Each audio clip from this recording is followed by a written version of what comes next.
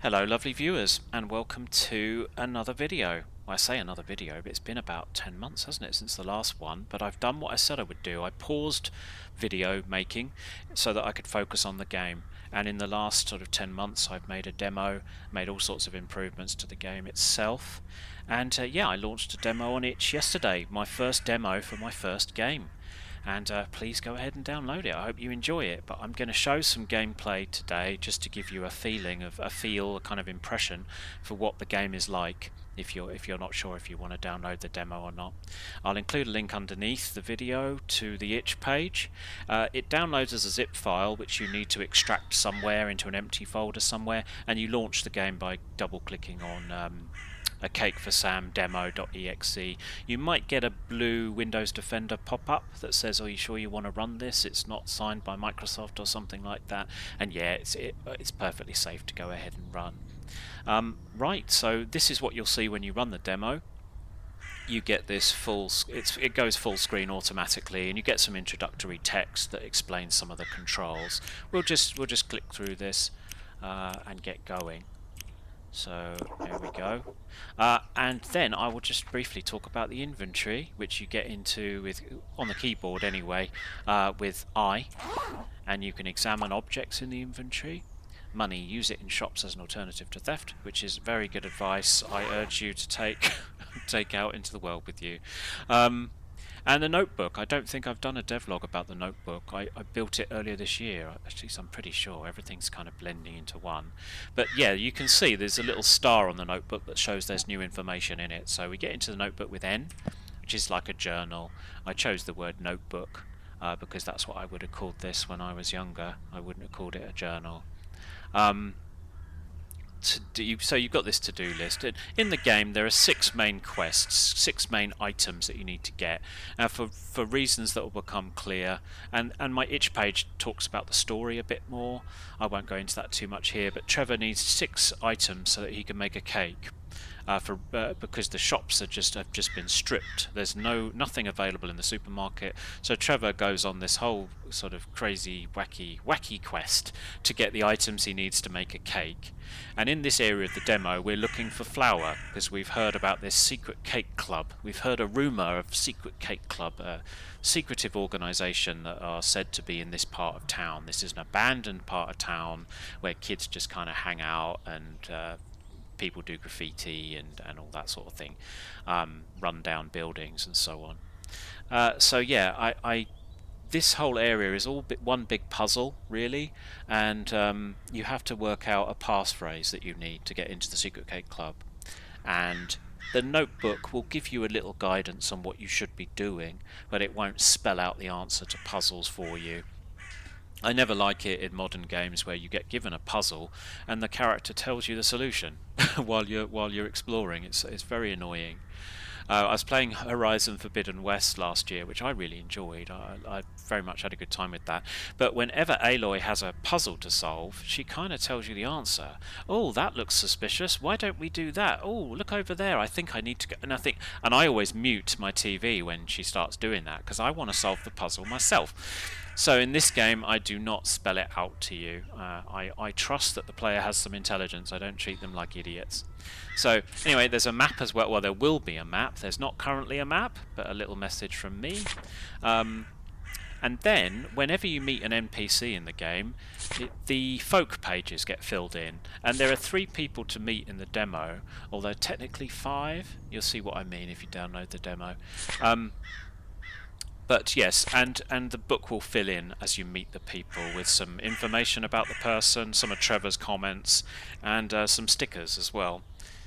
So let's come out of the notebook and get on with it. So here we go. Trevor has just come in from these bushes, which you can't go through in the demo, but he will emerge from those into this area. And you've got a abandoned train carriage that we can go into.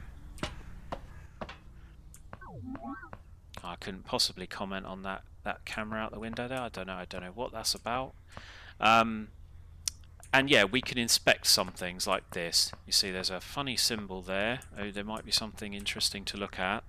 And in the game there are going to be these kind of full screen interactions. Some of them will be puzzles, jigsaws and things like that possibly. And some of them are just fairly straightforward where you just examine something, you just inspect something. So let's go ahead. And we see this leaflet with these words highlighted, and we don't know why yet, but you might want to make a mental note of this. And Trevor will have a comment to make about most things. And by the way, this last bit of text here, you might think, oh no, is this going to be a sad game about grief or something? No, it's not. It's going to be it's a funny, daft game. I think I think people are going to chuckle when they read some of the dialogue I've written, especially the characters in the Secret Cake Club itself. I think you'll have a nice time. Hopefully it will make some people smile. It's not a sad game. It's not a metaphor for depression or anything. There are plenty of indie games about depression already, so no, it's fairly light-hearted stuff. So let's exit from that, and you can go back and look at it anytime you like. And let's leave the train carriage. And at this point you might be thinking, oh, what's this all about? That's probably a clue for something, but I don't know what yet. And you might make a mental note of that or scribble it on a piece of paper, because as I say, Trevor is not going to say, oh, that's a clue, let me write it in my book. No, he's going to trust the player has a brain. So, well, obviously he doesn't know there is a player. It's not a fourth wall breaking kind of thing. Anyway, there are a couple of different artists operating this area. You've got a fairly professional graffiti artist who's done this and done Baz on the train as well. You've got a kind of edgy teenager, as they say these days, who's sort of painting rather sort of angry messages on things and spoiling other people's artwork. And then you've got Ed the artist, who likes these pastel-y colours, and he's not a very good artist, bless him, Ed, but he really likes to paint and do sculptures as well. Do sculptures, make sculptures? I don't really know how you're supposed to phrase that. And so you meet Ed later in the game, and he's a very passionate artist. I'm not sure yet whether Ed is the sort of artist who knows he's not brilliant but just loves creating, so he doesn't care, or whether he thinks he's amazing and that one day he's going to become mega famous. I'm not sure yet what sort of character he's going to be. But anyway, Ed has enthusiastically used this abandoned part of town to do some artwork, and he's done this sort of pop-up sculpture exhibition here, made from salvage, things people have thrown away, things people have taken to the tip, as we call it in this country. Actually, probably nobody calls it tip anymore, unless you're well old like me. Anyway, and Trevor can examine all these objects. I won't comment on that there. That you'll find out later on what the deal is with the CCTV.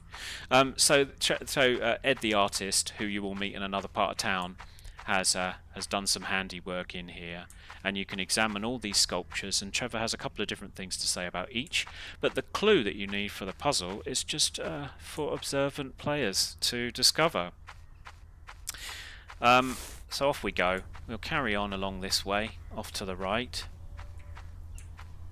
Some scenes are zoomed in with a bigger version of Trevor, other scenes are more zoomed out and probably look more like a normal platformer, the sort of size of the character. But sometimes we zoom in like this and Trevor's all big and chunky, usually for when he's going to be interacting with characters. Right, so here we go. This suspicious building looks like it could be the Secret Cake Club headquarters entrance, so we're going to interact with the door. This must be it. It's not what I expected, but here goes. Hello, anybody in there? Speak the passphrase. So this is the first NPC we meet. Mysterious voice. Oh hi, can I just ask if... No, you can't. Oh, and by the way, I'll break away here because there's no AI content in this game. All the graphics are mine from scratch, from a white blank canvas to bumblebees and flowers. There's no AI content in this game. The writing is all mine. I think when people see M dashes these days, they think AI, but it's not. I know ChatGPT loves M dashes, but M dashes have been around for a very long time, and they're very useful in writing. So no AI. The sound effects are from Pixabay and freesound.org, and I've sort of searched for sounds that worked for my game, and then I've edited them into what I want in Audacity, and all but a handful are free to use with no accreditation required. Right, so yeah, that's my brief little "there's no AI stuff in my game" comment. It's all made by human hands. No, you can't. Passphrase. First word. So here we go. Now you might start to join the dots between some of those clues that we might have seen and the passphrase that this chap is asking you to enter. So we don't know the answer yet, so we'll just put aliens eat salty beans. There we go. And he'll read the message back to you. Aliens take the dangers of high blood pressure very seriously. So there are 81 possible combinations, by the way, as I've learned painfully. And I've written, for most of them, I've written a unique response. So it can be quite fun to deliberately get this wrong, because he'll say something different for each combination. But it's possible that you guess the right answer on your first attempt. Whether you guess it, or whether you go and look at all the clues and figure it out properly, it doesn't matter. He'll let you in, as long as you enter the correct combo, he'll let you in. He's not gonna. The game won't insist that you've inspected all the clues. So, passphrase reminders are placed nearby strictly for Secret Cake Club members. Not that there is a Secret Cake Club. Forget I said anything. Can I just ask? And another M dash. Oh dear.